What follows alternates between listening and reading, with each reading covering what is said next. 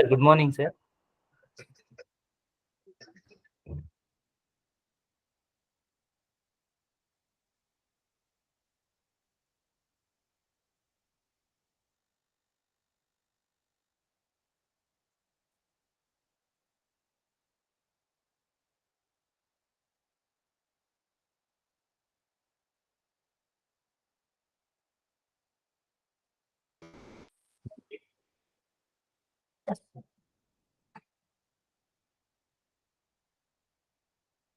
Morning, guys. Can you hear me? Good morning, sir. Yes, sir. You're audible. Excellent. Yeah. I think we. So actually, yesterday was I couldn't attend the entire session because of my exam duty, No problem. which is a mandatory thing for me. I understand. No problem. I have published the session recording to the Sir. Google Class and also posted the link in the WhatsApp group Yes, sir. in case if you need. Yes, sir. Definitely, I'll go through it once for sure. Yeah. In case if you need for any records or something, I was mentioning. Yes, sir. Yes, sir. Definitely, I'll ask for that. So these are internal exams, Professor Suresh? Exactly, sir. Exactly. This is the first internal exam and followed by second internal exam maybe in November, sir. Okay. So, had you breakfast, sir? Yes, I did. And I trust all of you had. Yes, sir. I guess this is with sixth session, right, sir? If I'm This sure. is, yes, sixth session. That's correct. Yes, sir. Yeah. Right, sir. Yeah.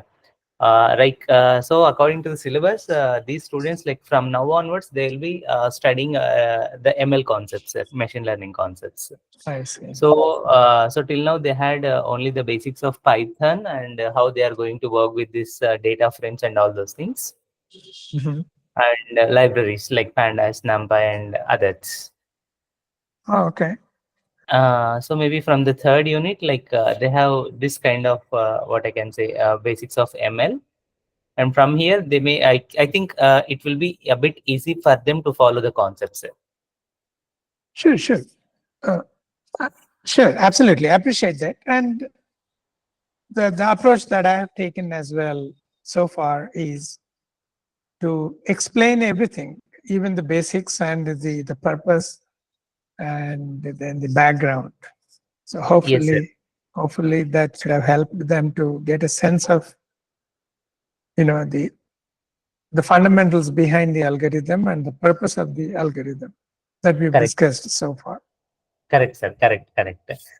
Even that was clear. So because I'll be knowing that, right, because we already dealt the things, so I felt like yes, that's more clear actually.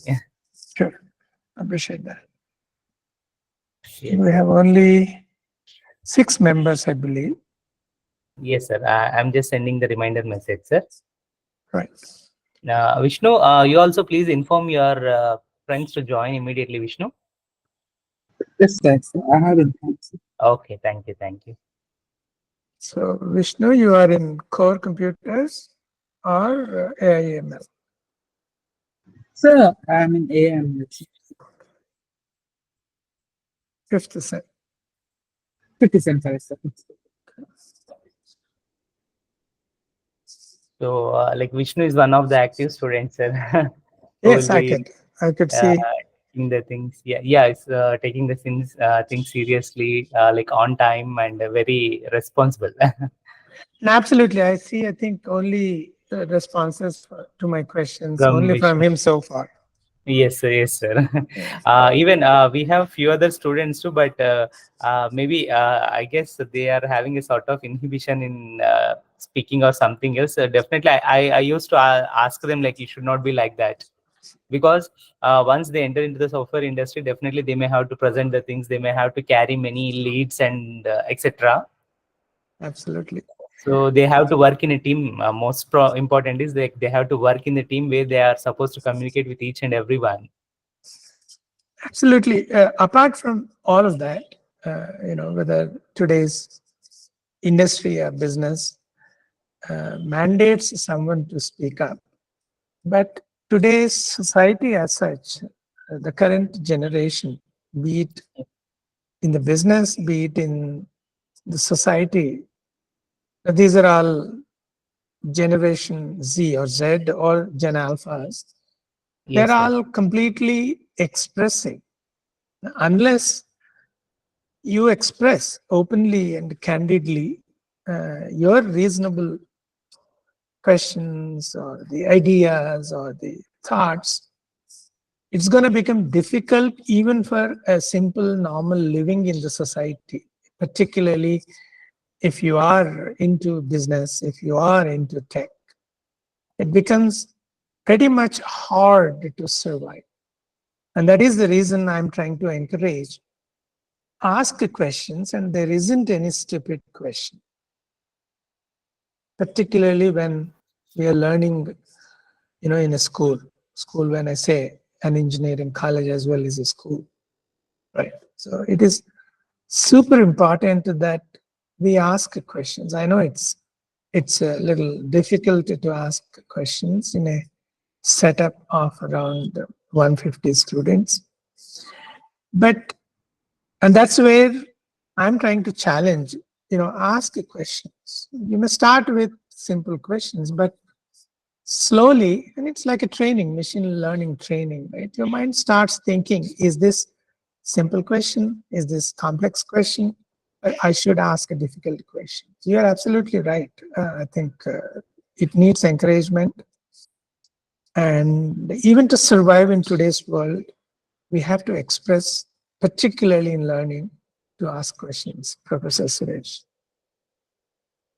Absolutely, sir. What you said is true. They have to get habituated for this kind of culture. Right? It has to become part of the persona, as they say. Correct, sir. Correct. Yeah, maybe like people after Corona, like I mean, most of these guys who are studying right now, if I guess they were into maybe 8th standard, 9th standard, 10th standard like that, sir, during the Corona period. So where they were totally out of this school premises and they got habituated for online things. Right. So maybe that must be one of the reasons, like these people, like they have a sort of inhibition, and maybe it's a kind of lack of awareness, if I'm sure. Well, it's not abnormal. To be honest, I studied in Polarity, and I studied, my schooling is from a village actually near Gadwal. And initially, I used to feel or think twice before asking, but I was never ashamed to ask any question, even in the school, high school, middle school, or primary school. Yeah, I still remember asking all sorts of questions, but it's not abnormal. The Yes, yes. point, one of the traits that I'd like the students to pick up through these interactive sessions, or one of the qualities, is to be ferocious in asking right questions, in particularly when learning. Correct, sir. And asking questions puts your brain into thinking, Yes, sir. and that mode of putting the brain into thinking essentially is putting warming up the brain, the gray cells, to receive the knowledge and store it perennially and permanently so that you can retrieve when you want. It's sort of machine learning. All these machine learning techniques are 10% or 1% of what our mind does, and we only know less than 1% of what our mind or brain does, right? So Correct, sir. Sir, shall we wait for another 2 minutes, sir? sure, I'm just sending a reminder message. Just sure, give me 2 minutes, sir. Yeah. sure. All right. We'll start at 8:45, another 4 minutes. Sure, sir. Sure. Sorry, 10:45. Not 10:45. 8:45. Yeah. Yes, sir. I understand.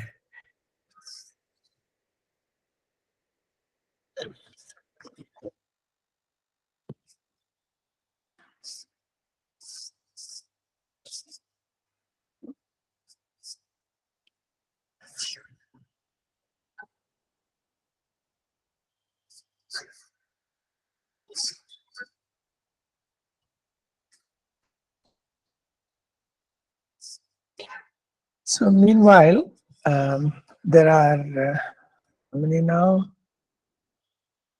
I don't see the count. I think around 10, 20 members. Yeah, 13 members. If you guys have any questions on linear regression or on principal component analysis or anything related to the AI ML, feel free to ask. I'd be happy to share my thoughts from my experience. Anyone?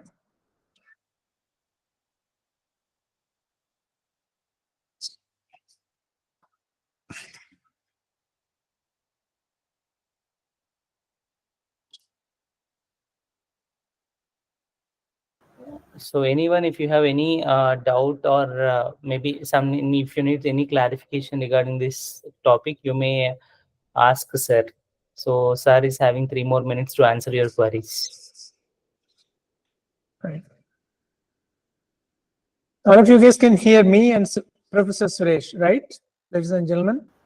Correct, sir. Yes, thanks. Yes. Cool. So how is the weather in Kurnool these days? It's like summer, sir. Or is it? Okay. No rains at all? No, sir. No, maybe in the last week we had, sir, for one day. Mhm. After that, it's again it became too hot, and we feel like right now we are in summer season. Oh God. Yeah, hope this should not continue. If it continues again, we may have to face a lot of health issues also. Yeah, and most importantly, the food grains, the crops, the yield, right? Yes, sir.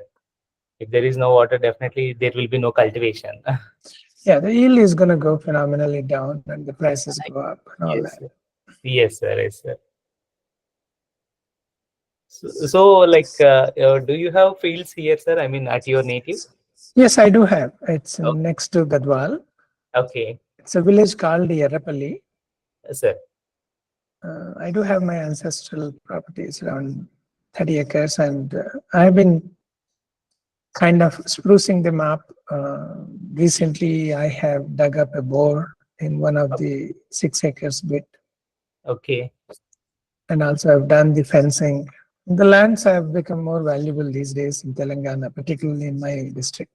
Yes, sir. Yeah. So, will you be visiting frequently, sir? Yeah, actually, in the past 2 to 3 years, I have been pretty much in my village every other month, if not each month. Oh, great, great. That's great. Right. I feel like it's a bliss to visit our native place and to enjoy that environment, whatever it might be, the fields. True, that is true. But my visits were necessitated because of some issues, people occupying my land, Okay. encroaching the land, and then I had to. So there were bunch of police cases and court cases that I am currently Oh, waging against these encroachers. okay, okay. It's a tough Right. thing actually. True. Maybe tough time we can say. Right, but some of the judgments have already come out, so there's Okay. going to be punished actually. Yes, yes, sir. Yeah, because moving around ports, I feel it's a very hectic task. True. Yes, sir. All right, it's 8:45. Sorry, 10:45, and we have 16 members. Should we give Sir. one more minute? Yes, sir. Just 1 minute. Right. Then you can start, sir. Right. So, to the students, you have submitted so far, I think, one assignment, and intentionally or rather deliberately, I have not. Rather, I have extended the submission date, I think, till around Wednesday next week or so. In terms of what happens to these submitted assignments, I'm discussing with Professor Suresh whether should we grade them or should we have some sort of recognition for that. We'll come back to you, one of us or both of us, Professor Suresh and myself, probably in a couple of days or maybe by next session or in the next session. That's one thing. Nonetheless, I would highly encourage to spend as much time as possible on these assignments, because these assignments are, they are classic learning exercises. While they sound like routine monotonical exercises that pretty much across the globe, all the premium Ivy League institutions like MIT, Cornell, then Stanford, they all use the same examples. Be it little variation. Boston housing prediction is recently been stopped using because of some racial feature. I think the feature was, the column name was something to do with black population size or something. But other examples are all pretty much standard. I would highly encourage you to work out and put the code on these assignments, because that would get you the best possible learning forever. And this will stay there forever in your gray cells, in your neural network as weights, right? And that would be something you do want to desire. So I would again highly encourage you to do these exercises, projects essentially. This won't take much time. In fact, these days, ChatGPTs can help if you have questions. In fact, ChatGPT can spin out the entire code for you, but I would encourage you not to use the ChatGPT. Do yourself first, and if you have challenges, if you're not able to complete, then take the help of ChatGPT. ChatGPT 4o is the best 4o model. I think 175 billion parameters it's been trained with. But then again, I'd like to reemphasize the fact that please do complete these assignments for your own benefit. So shall we get started? I think we have around 18 members or so. Yes, sir. Please, sir. All right. So good morning to all of you. Formally, let me go into the slide presentation mode. Hold on. Need to change the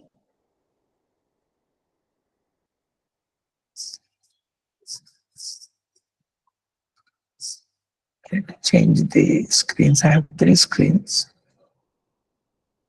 Monitor is the primary monitor. Let's see. Oh yeah.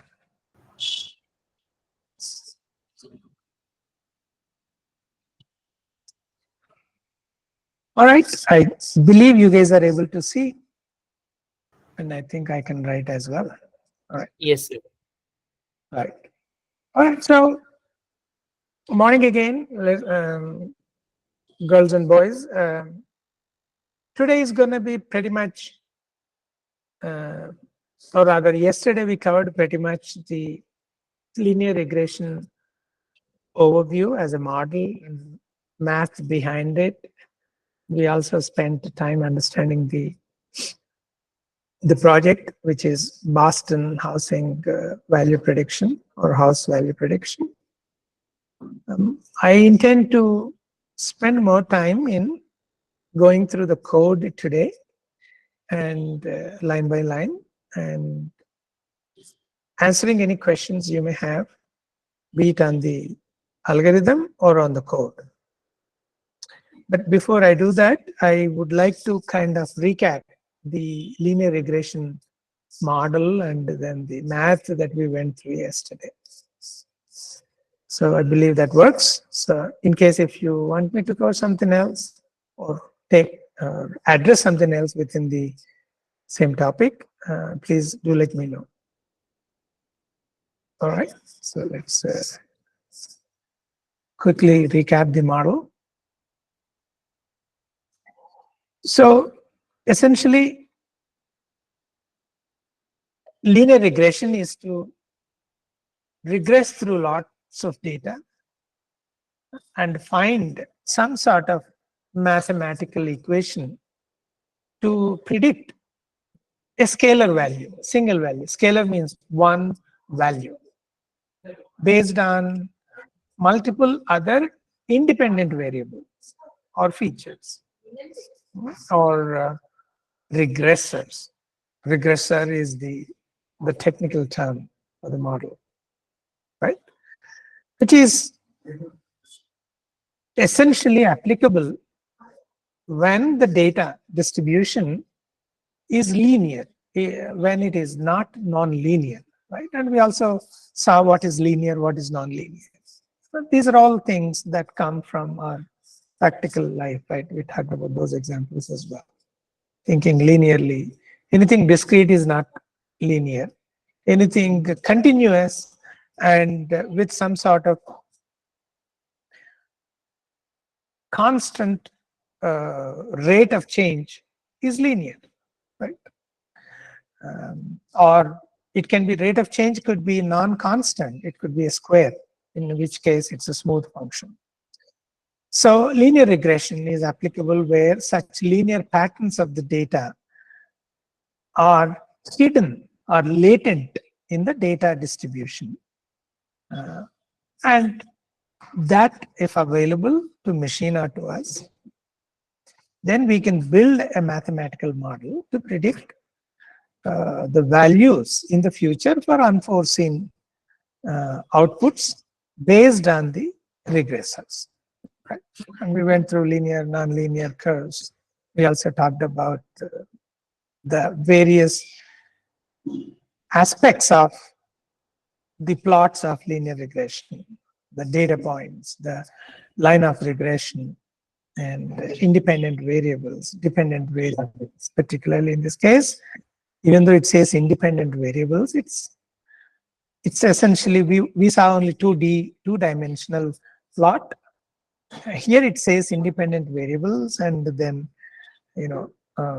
X, capital X. Capital X always represents a matrix. Essentially, it has to be a vector, X bar, where if we have more regressors, more variables, more than one, in which case we also call it multivariate. Oh, okay. Looks like my multivariate. Let me write it properly.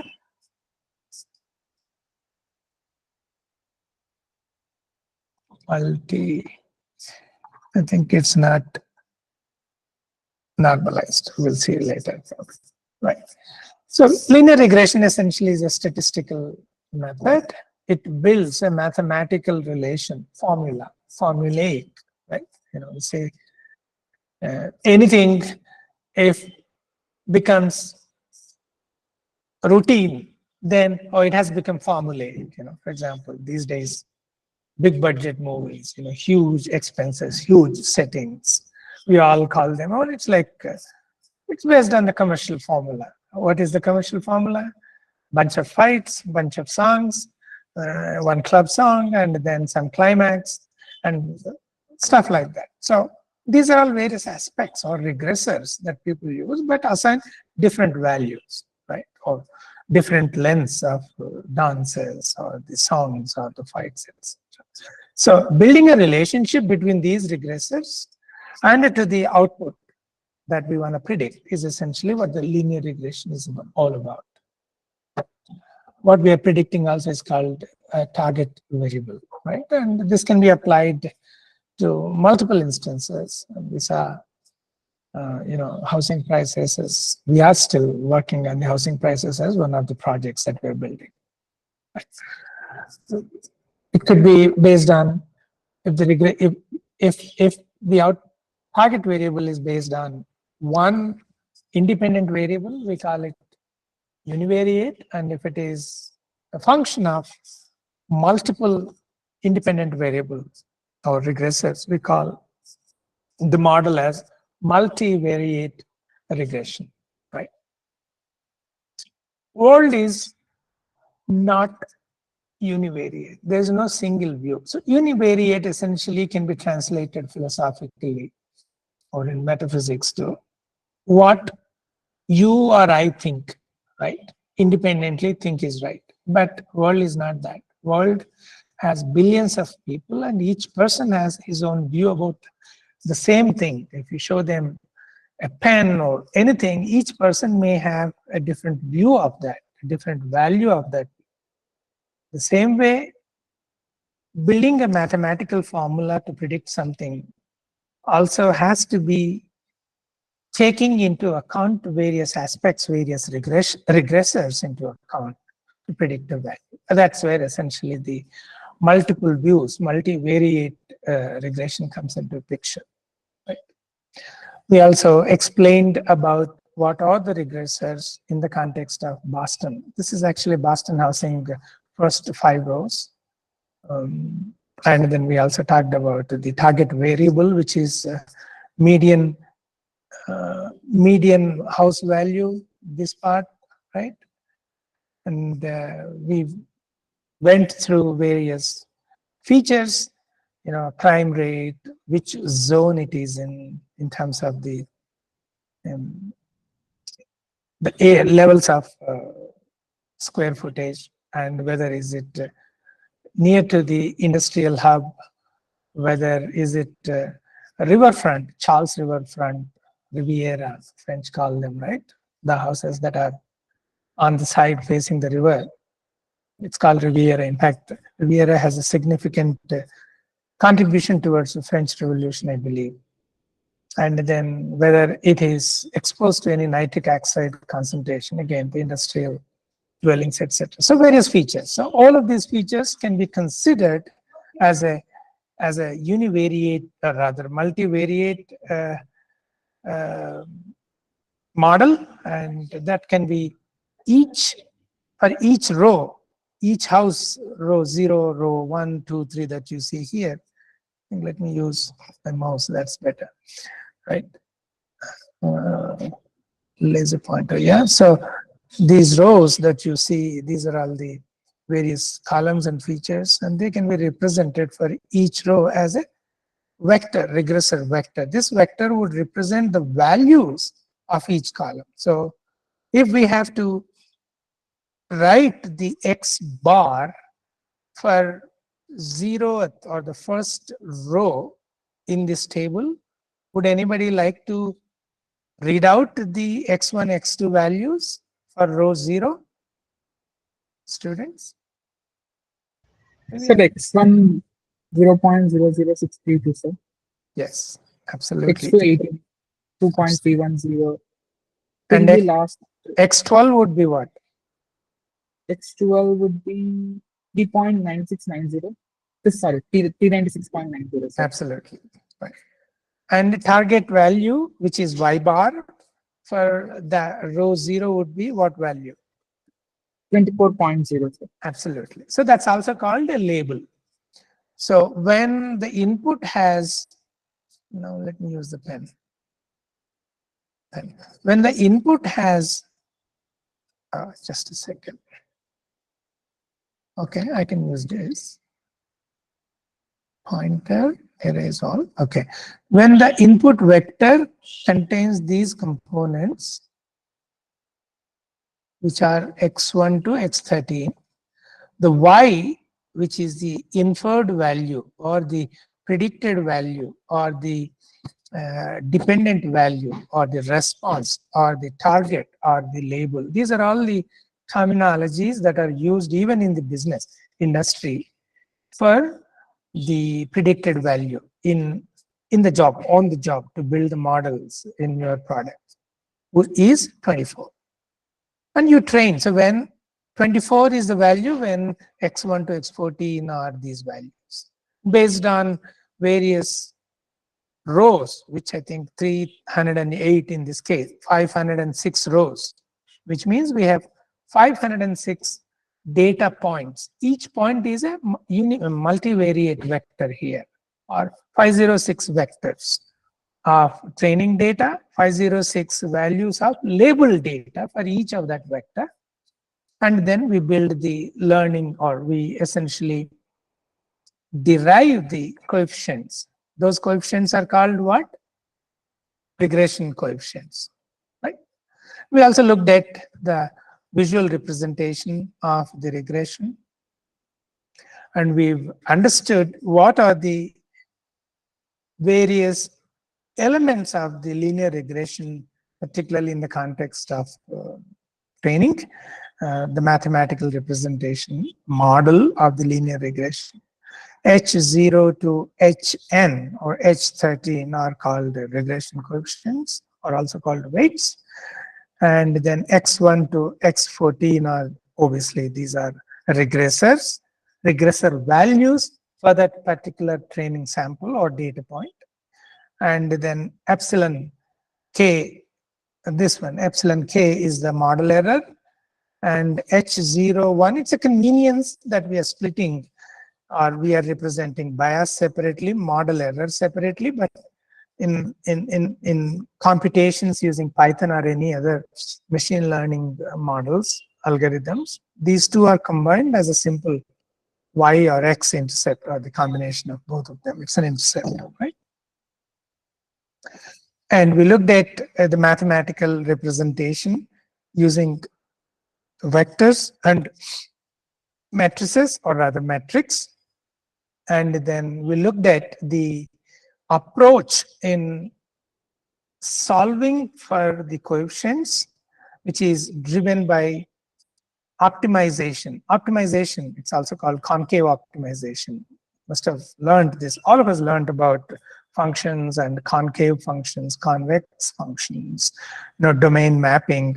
These are all fundamentals in the optimization or the mathematical optimization. And that those concepts are used in solving the minimization or maximization. In this case, potentially any minimization problem can also be reversed into maximization problem. 1 by minimum is maximum, essentially, right? So the optimization technique is used, and particularly in this context, least squares, essentially nothing but take the predicted value during the training, take the same actual value from the training set, take the difference, and then square it up. And how do you minimize it? However, to solve the coefficients, we need to have the mathematical equation. So we use essentially y bar minus x as a matrix for the entire samples of training, which is 308 samples, right? And then when we solve for it using the matrix algebra, we get the essentially the pseudo inverse multiplied by the input or the actual value as the coefficients, right? So we saw that. And of course, we've spent time in understanding the Boston housing data set, particularly to build a price prediction model. This data set is of around 1970s and was published by the US Census Department of Service for the Boston suburbs. So this is around 70s and 80s, much before you guys were born, right? By the way, the median value predicted is in lakhs. We also lakhs of dollars. So implementation steps, we didn't go in deep, but I have announced this through the project announcement. But we'll spend a couple of minutes. In a couple of minutes, we go line by line and point by point, and the code behind it as well, right?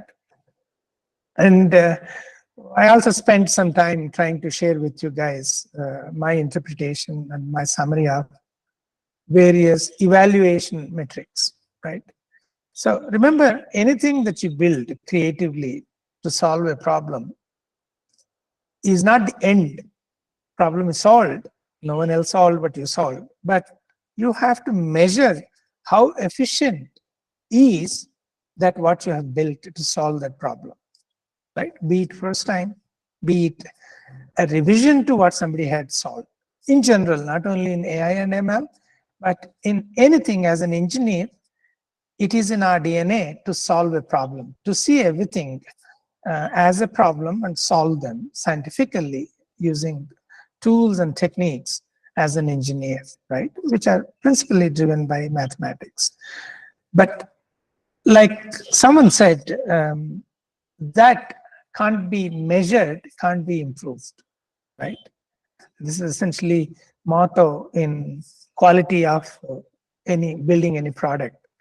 I think maybe it's Deming who said that. That which can't be measured can't be improved.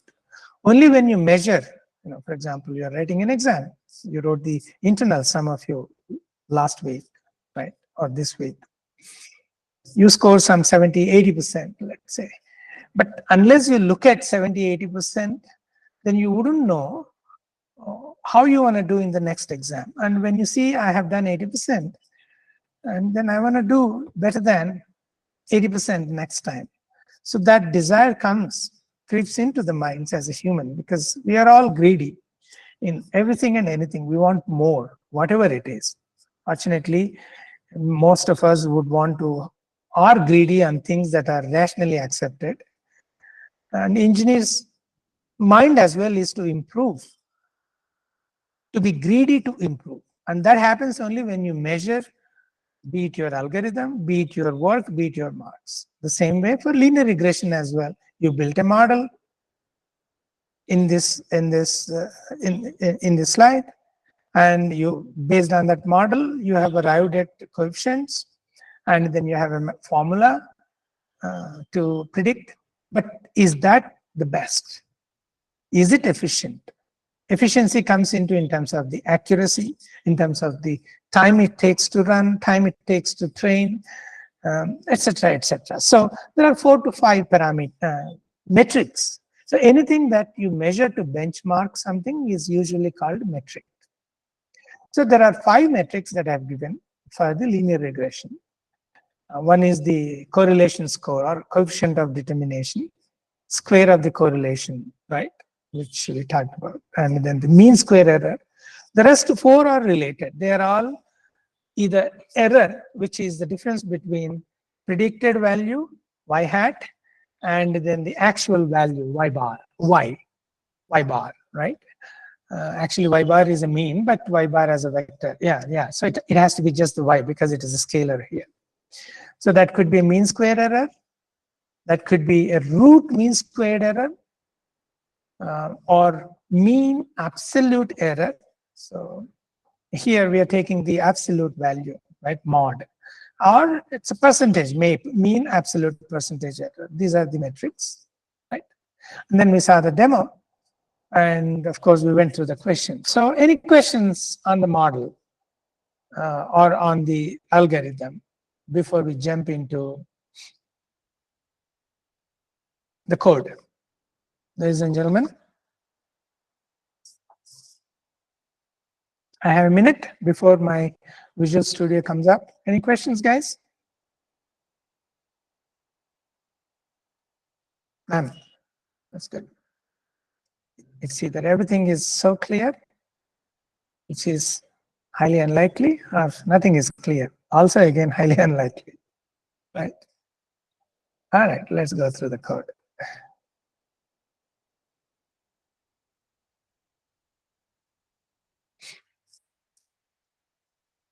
All right, let me save the file and all right, let's take the full screen. All right, so what is this section? So I'm going to be bothering you guys, messing up with you guys. I'm going to be picking up randomly one name now that we have only around 13 members.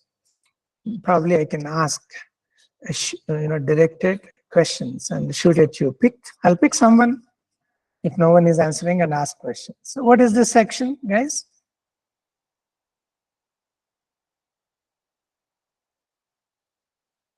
Someone can answer this question. The highlighted section. What do we call this section? Sir, importing libraries. So Okay, true. But why do we have to import? to use their functionalities. Why do we have to use their functionalities? Because they have already predefined the required things for us, sir. So we just import it and implement it. Yeah, but they have already implemented. Why do we have to use that? What do we gain by doing so?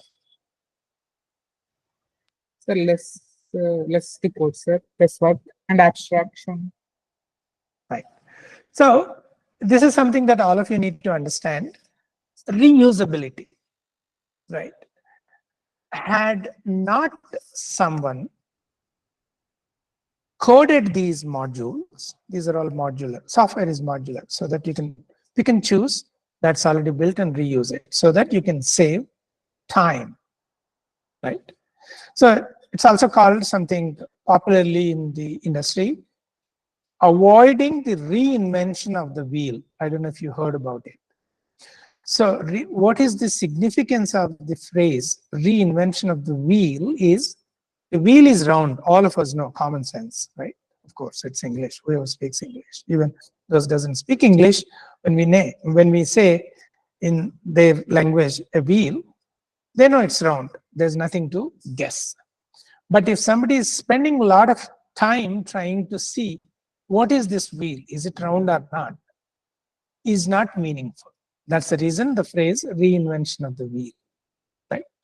We don't have to do it. And all the libraries were done by kids like you guys, students across the globe, predominantly from Europe, US, and some countries in Asia, now China, Singapore, India, Hong Kong, etc., Australia.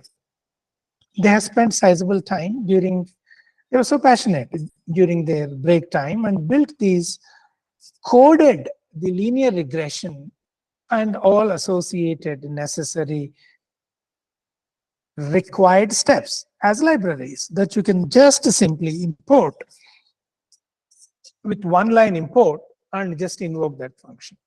That's the modularity of the software, right?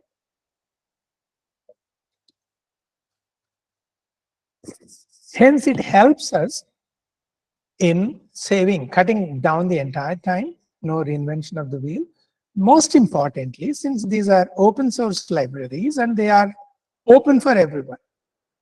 So they are published on GitHub or some other source code, whichever code platform with the code configuration management. And let's say tomorrow Vishnu or someone else, Sheikh, they go fork that and improve the performance because there were unnecessary variables or you change the model approach itself and you can publish as the next revision. So it invariably, being open source, invariably helps us improve the efficiency of the code, essentially the algorithm. And that also is one of the indirect benefit of using the open source libraries and importing them, right? And this is a very critical piece. Today, world's most high volume transactional software systems, which are those? YouTube, Facebook, Twitter, Google, right? LinkedIn. All of these are surprisingly built on open source code. They deal with billions of transactions. And some of them actually deal with billions of users, registered users, and millions of concurrent users. Facebook, Twitter, YouTube. At least 10% of global population, which is around 6 to 7 billion people, 10% of that is how much? Around 600 million are accessing concurrently at any point of time. Which means your web servers, your multimedia servers should be able to cater to the content, spit out those bytes, send those bytes without any delay for 600 million users at the same time. This itself is a huge subject of study and specialization, site reliability engineering or load, essentially traffic engineering, load engineering on the infrastructure, right? So the importing essentially helps us in those two aspects. Right? Next, anybody wanna, other than Vishnu, anybody would like to share what it is or talk what it is that what I have highlighted? Let me pick since I can't read the names fully, I'll read out the roll number 229X1A33B4. I can see Malle Ma. Yes, sir. So can you tell me what is your understanding of these two lines? Sir, these highlighted text denotes just we are want to showing some columns and the maximum columns we want to display and the width to be displayed. And why we are setting this? To know what are the columns are we considering in our data set? Yeah, so you're almost there. So essentially we have how many columns? 13 columns. By default, when you print out, it shows only 5 to 6 columns and it shows dot, dot, dot. But we want to see the total columns here, right? All these columns displayed without collapsing. Hence, I'm setting maximum column width to how many? 1000. Okay, and show as many columns as possible as supported by the form factor, also called display form factor. So for example, I have a 39-inch LG ultra-wide display. I can see more columns, whereas someone else has 45-inch square display. They may see more columns than me. So the system automatically computes essentially the resolution of the screen and then accordingly displays. Okay. Next, what is this code piece doing? What is it accomplishing?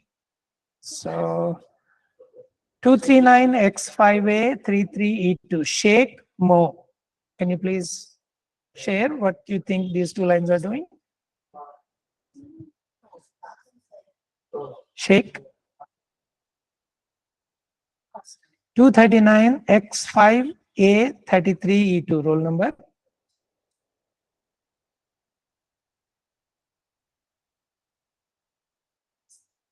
Okay. Amresh? K. Amresh? Can you hear me, K. Amresh? Amresh, unmute yourself and you can respond to sir.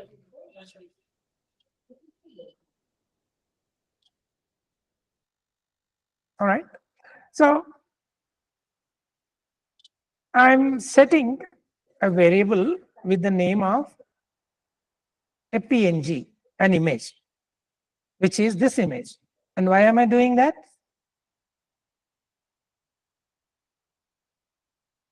Why am I setting a variable with an image? Anyone? Because I would like to display that as a watermark for each plot. So first I have assigned the value file name to a variable, and then I'm using the image manipulation library. And then I'm asking the library, invoking a method that would read this image file and keep the image data as a buffer to paint the screen in this variable logo image. Okay. And the next method is essentially a method to paint or to mix this image data into the plot. It's a method. Right? So where, what is the zoom level of this image, and then how to annotate.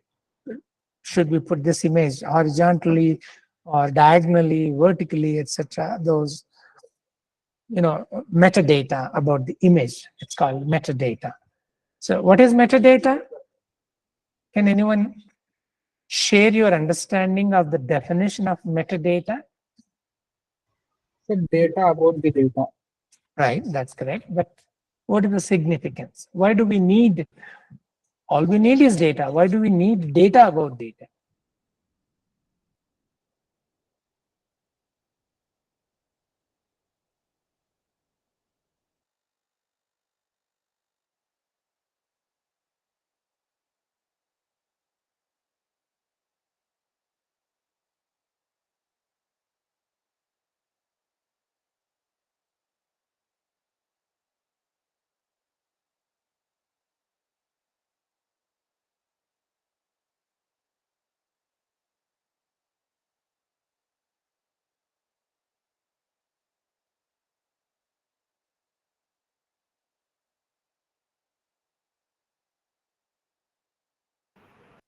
Sir, you have muted yourself. We are not able to listen to you. Yeah, so let me take an example. Sorry, guys. Let me take an example to explain what is metadata. So I took some file, right? It looks like some transaction. Then I'm opening, there should be a properties somewhere. Where do we have properties? Document properties. Right? So it says the title of this document, and this is gibberish, leave it. Please read this. Author, subject. So these parameters like title, author, subject, security related, all these are information about this file that I just took, which is tr_579793. So this is an information about this file. All I need is a file which is this transaction received from IDFC. But this file is known or is recognized using various other parameters which are useful for searching or for some copyright, or encoded and saved along with this file in a latent format, but that can be seen only by clicking document properties. These parameters are called metadata parameters. Data is this file, which is a transaction receipt. But all the information about this, which is captured under properties, document properties, each application, each algorithm captures the metadata in a different way. So that is metadata. So that would help you understand, whether as a human or as a machine, understand what is this data about, is the metadata, right? So we talked about it in terms of the method for adding this, mixing this. So that's the metadata. And this method essentially paints or adds the watermark to the plot. And then this is straightforward, but I'm going to ask someone. Let me pick someone. So someone who I'm going to pick, explain what are those 4 lines? What are we doing? So I'm going to pick Jahnavi. Suram Jahnavi, 3392. Jahnavi, can you explain what these 4 lines are doing?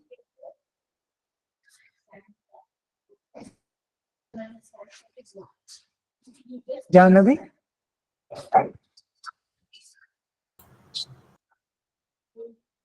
Jahnavi, unmute yourself and respond to sir.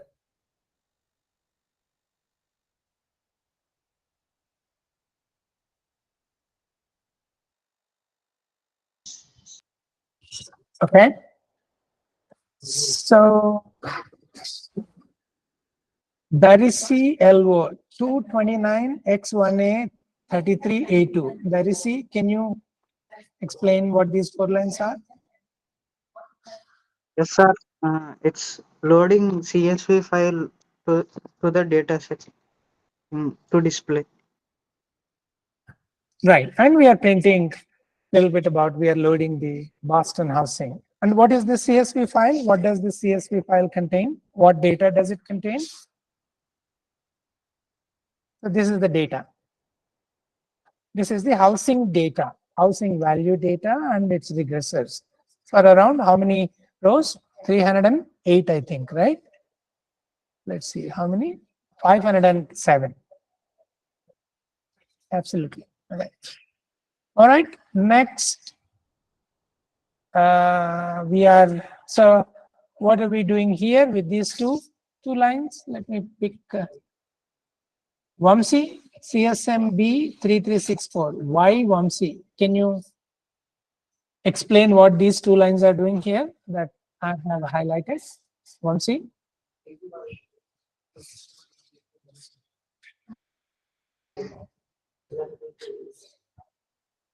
Okay.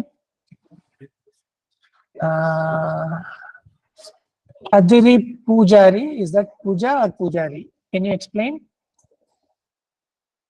Kadiri, Puja or Pujari?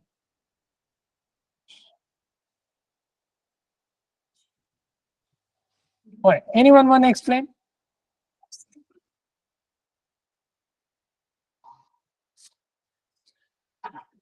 All right. So these two lines, one is printing the total rows. Yeah, go ahead. Shapes gives tuples of rows and column size. Column size also? Yes, sir. No, shape 0 is giving only the number of rows or tuples, right? So, which is nothing but Okay. the total number of housing data or the housing price values that we have and we are printing. Let's see what is it printing here. Where is it? Here.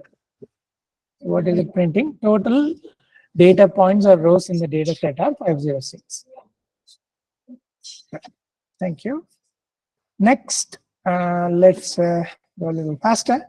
Our next goal is data preprocessing. In any machine learning, building machine learning algorithms that are used for predicting something in a real business world, you need to ensure your data that you have received, whether from logs or from anywhere, is properly sanitized, processed.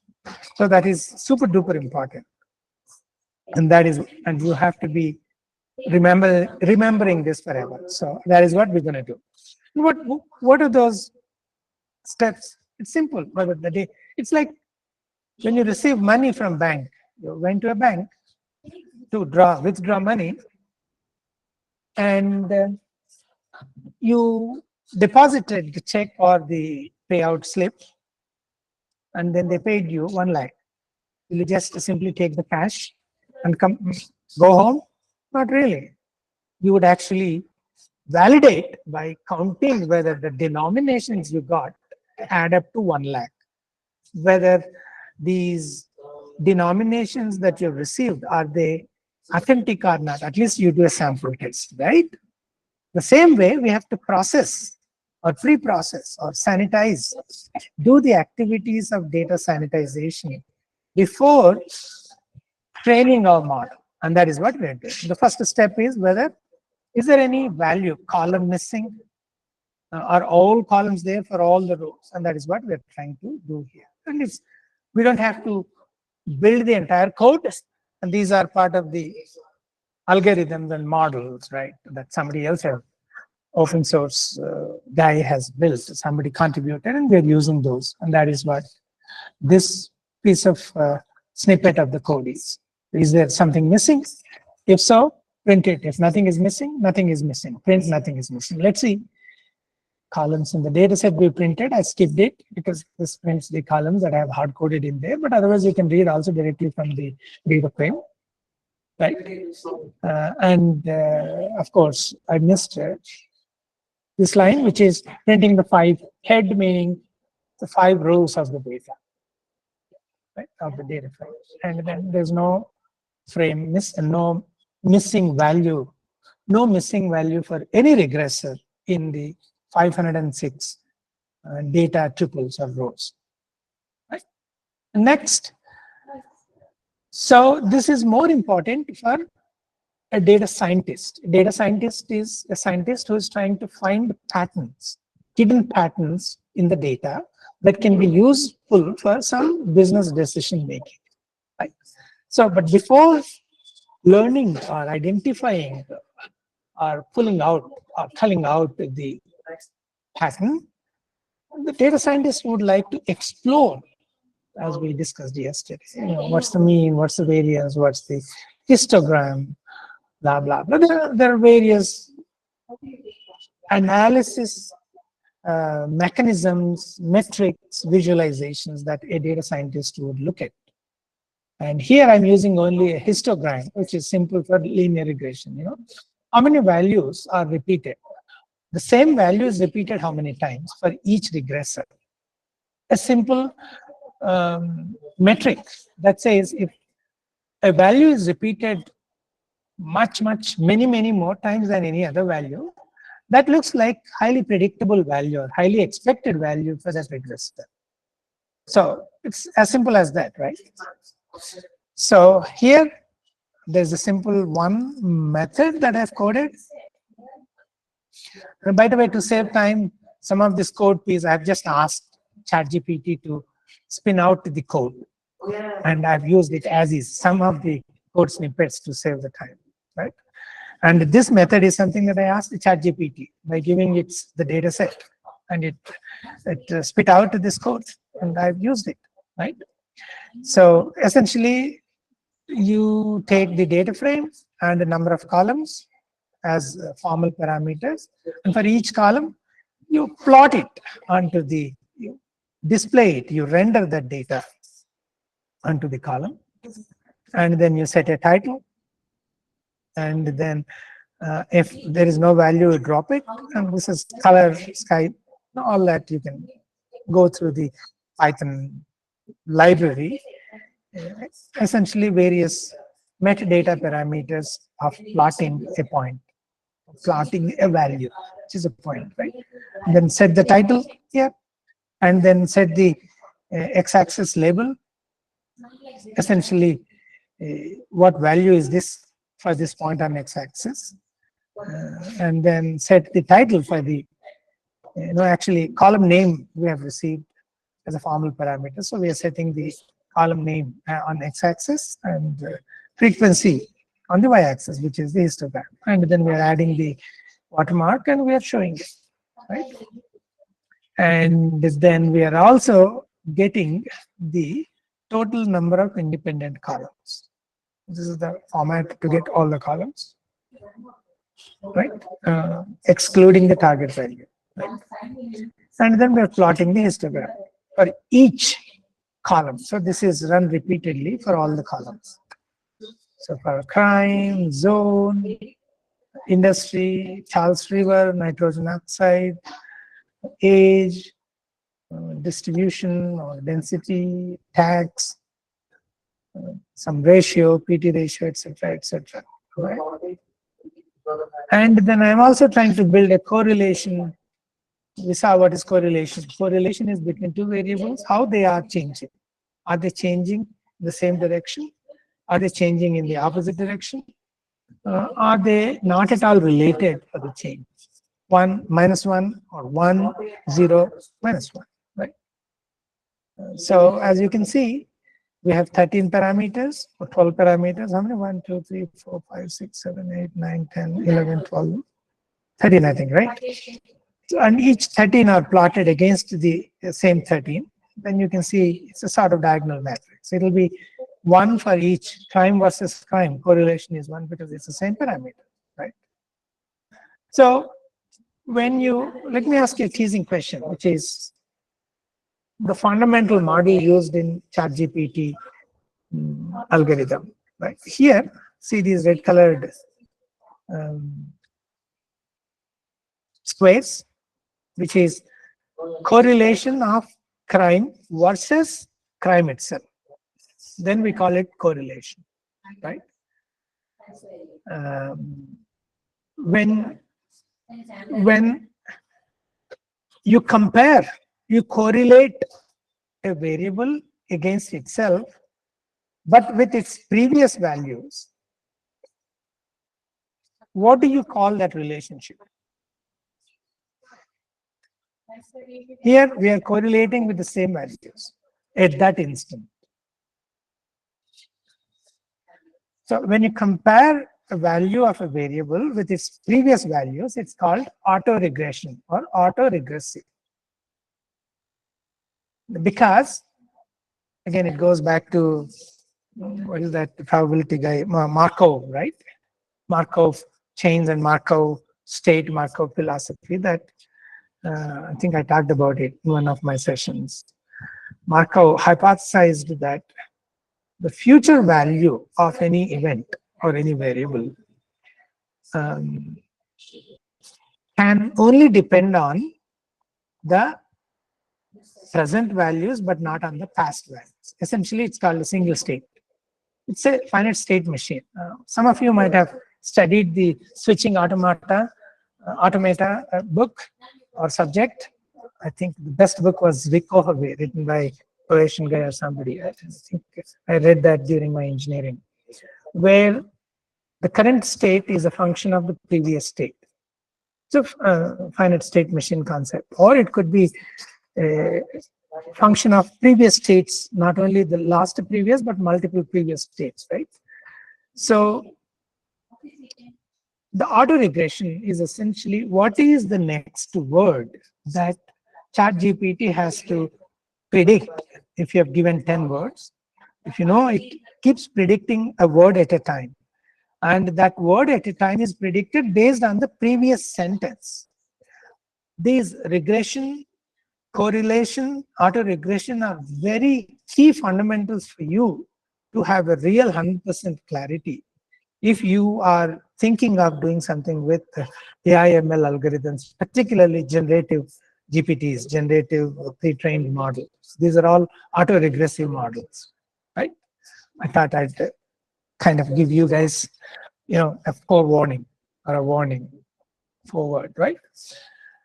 So let's try to quickly go to the next. The idea here is just to see the correlation heat map. The higher the value, maximum value is 1, that is red. Lowest value is -1, which is blue. And 0 is kind of light blue or sky blue, right? That's the heat, essentially, right?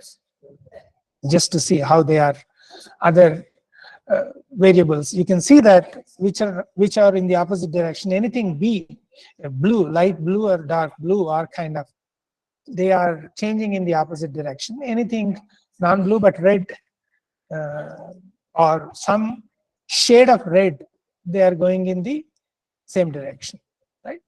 Or they are related. They are changing in the same direction. So there is some relationship. Next is to obviously train and build the regression model. So let's take this. And let me pick Hafiz. Can you explain what these 3 lines, code lines that I have highlighted? I have highlighted 6 lines, but code piece is 3 lines are doing. Hafiz? Are you there, Hafiz? Can you unmute and speak?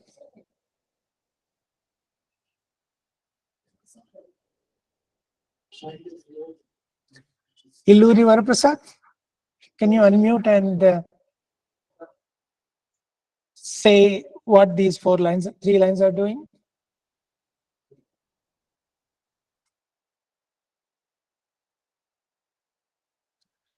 Gauri 229X1A3343. Gauri, can you explain what these 3 lines are doing?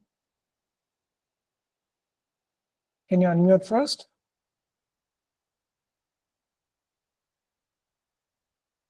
All right. You guys, sure. You can hear me. Can you guys hear me? Yes, sir. Okay. So can anybody want to volunteer to explain what these 3 lines are doing?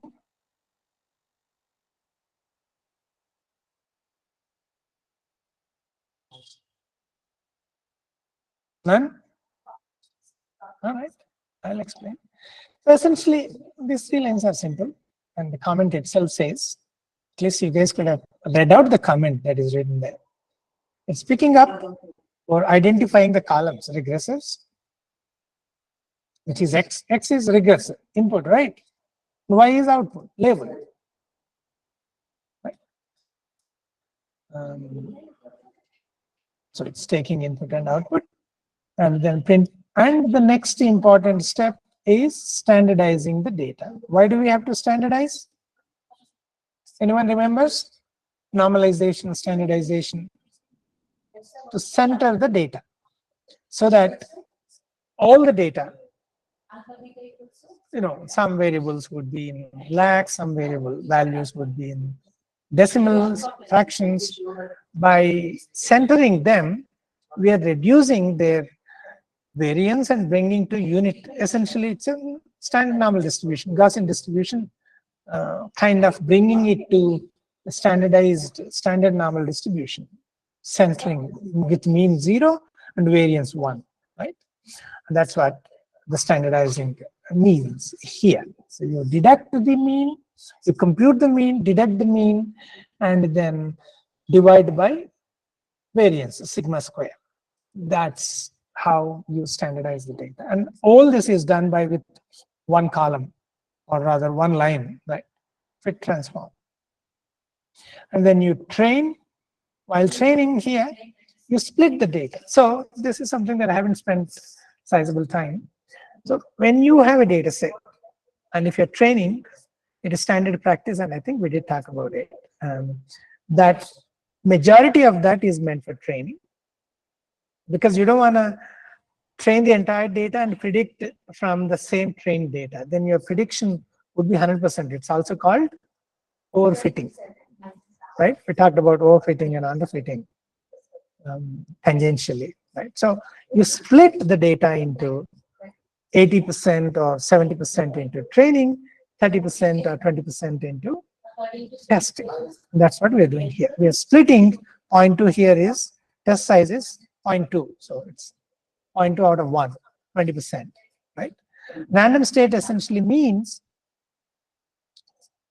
if you are picking 20% of data to test, it can be any 20%. So every time you run this, it may vary because it's randomly generated 20%. So when you say random state, it always uses the same 20%, whether in the middle or in the bottom or at the top of the data set, same 20%, so that your results are consistent and predictable, be it your efficiency or the accuracy, be it your coefficients, etc. Right? And then we are initializing the linear regression model. So somebody coded it, which we have imported. And then we are fitting the data, meaning we are reading the data and iteratively for each line for each row we read here. Where did we go?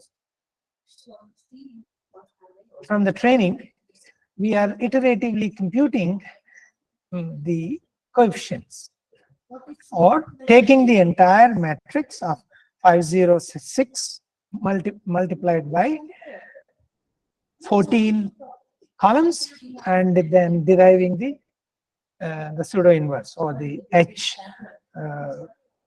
vector H coefficient vector. That's what the fit is doing. And then we're predicting for the test, the 20%. That's what essentially this block is doing. The next is we're plotting for that 20% predicted, what's the actual value, and what's the predicted value, the Y value, the value of the house.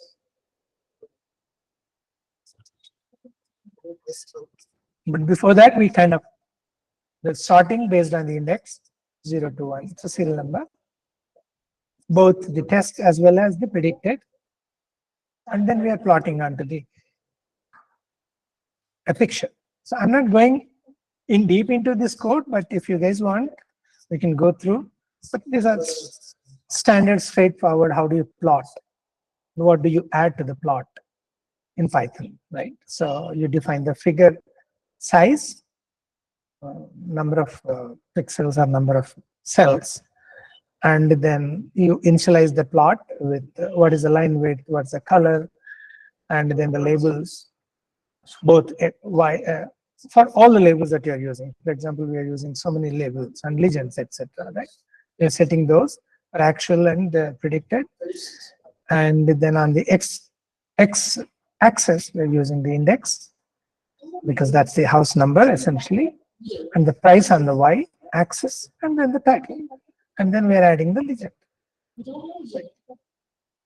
So legend is computed based on these two lines. Again, this is the library that is doing.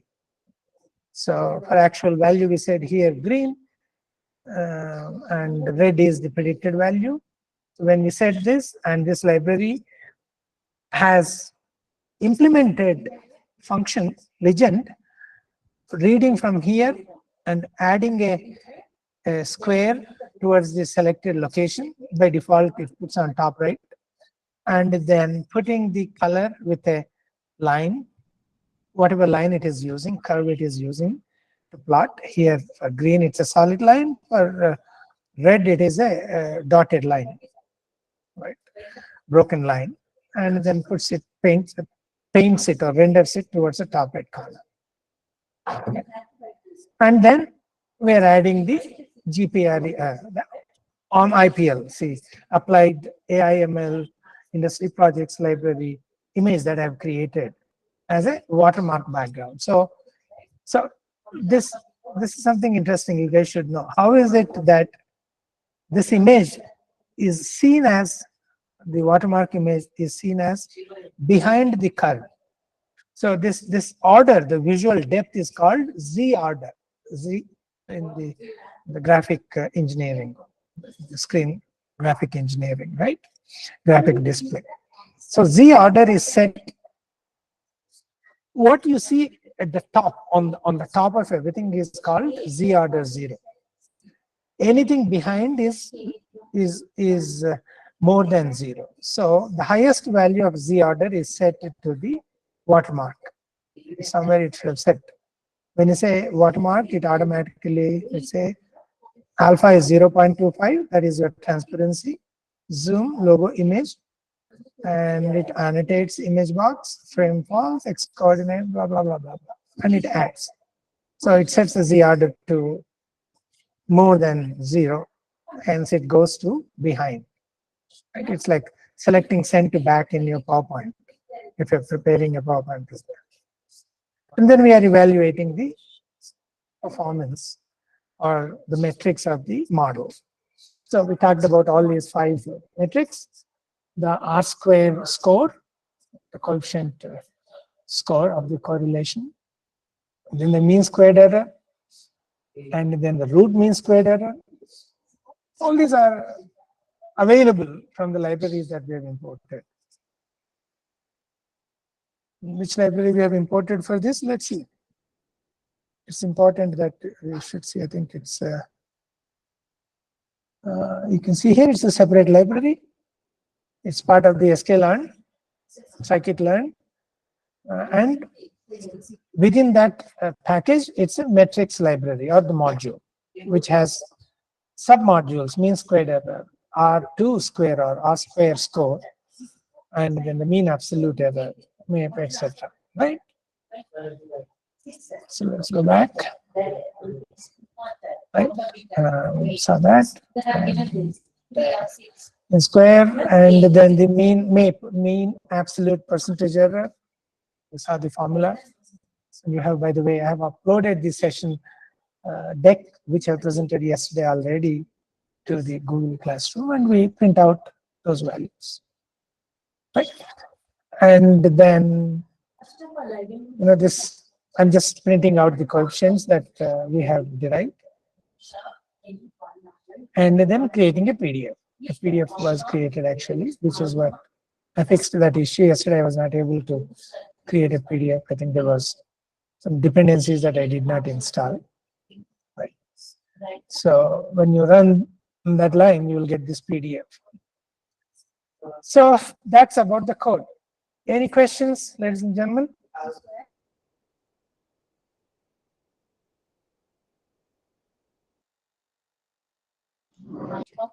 Guys, any questions? No questions. All right. So would you like to add anything, Professor Suresh? No, sir. As per your explanation, the code is like clearly understandable. Yeah, it's easy to follow actually. Right. That's right. All right. Go ahead, Professor Suresh. No, sir. Nothing, sir. Right. So guys, please do tell me: is the speed okay? Is the depth okay? Is the complexity okay? Or do you guys want me to tweak around any of these regressors? Huh?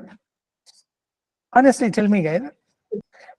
Please understand, I'm trying to help you guys get an idea about how the things work in industry. Right? What you study is completely different from what you do with the thing that you studied in the industry, particularly when it comes to engineering, machine learning algorithms. So please feel free to stop me, interrupt me, ask me the questions. So I spent around 32 years in the industry and built successful products And definitely, I'd be happy to share my experiences. Obviously, it worked for me. I'm still in the industry. That reflects that something that I've been doing is useful. I'm able to survive, right? So my intent is to get you that bias to you already, that what I've built, right? Like if you've seen the Matrix movie, part one, when you need some fighting skill, so they just push that cartridge or the cassette and then press a button to download how to fight Keanu Reeves or his support staff, right? The same way I built some experience and expertise, I'd be happy to give that dump to you guys. So feel free to ask questions. So any changes you guys want me to make in my style of these sessions?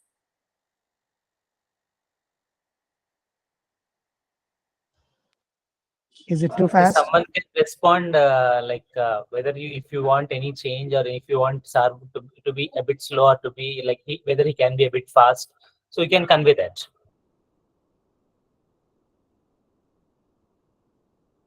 So the page is okay, sir. Okay. And the depth complexity, is that okay? Am I able to answer the questions that you have in your mind but haven't asked? It's okay, sir. Actually, from the past week, it is better than it is the rest of this week. Actually, in the past week, we didn't know any concepts, sir. So as for this week, you have explained the concepts yesterday in Saturday session, sir. It's better for us to understand the concepts and implement it today, sir, for the project. Okay. Thanks for that. Anyone else who would like to share, any changes you guys want in terms of speed, in terms of complexity, in terms of, and I'm an offbeat guy. I take real practical, real life examples to put down the concepts, right? Be it some political nuances that I've taken as an example yesterday. So are you guys fine with it, or do you have any objections to that way of teaching or sessions? Feel free to say.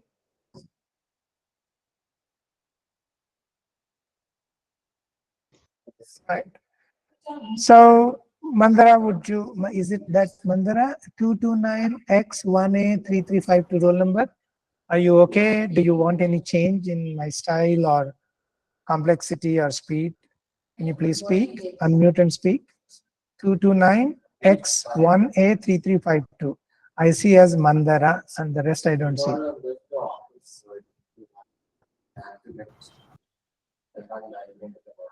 Yes, 54. Please unmute yourself and respond to sir. No worries. All right. So if there are no questions or if there are no clarifications, probably we can wrap up the session. So what is the next week's session, guys? Do you remember? Or topic? Logistic regression, sir. Logistic regression. It is like linear regression, but for discrete values, categories. Whereas linear regression is for continuous values, right? So hopefully you should be able to feel convenient and comfortable with the submission date. So what is the last date for submission? Anybody remembers for this week's project? So Wednesday, sir. Wednesday. Coming Wednesday. So is that comfortable or do you need more time?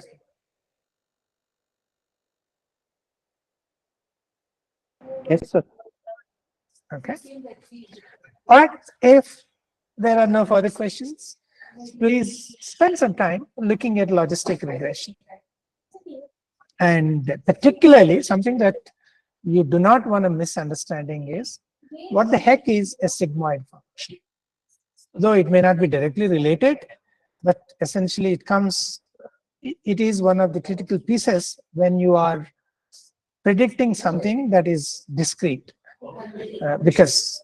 or category, because all of the categories need to add up to the total, which is essentially probability. What is a sigmoid function? And this also has repercussions or the roots into the the activation function in the neural networks, which would be a core fundamental topic in your stream of study or specialization. So try to start thinking and asking questions. The learning starts only when you start asking questions. The more questions you ask, I'm talking about rational questions, not irrational questions. The more questions you ask, that reflects that you are learning more or you are intending to learn more. So the start of any learning is when you start asking the questions. Don't forget that. I wish you all the very best and see you and talk to you next Saturday with a brand new algorithm called logistic regression. All of you have a nice weekend ahead, guys. Bye-bye. Signing off. Thank you so much, sir. Thank you for the enlightening session. It's like the way you explain is very clear. Thank you so much. Bye-bye. Bye.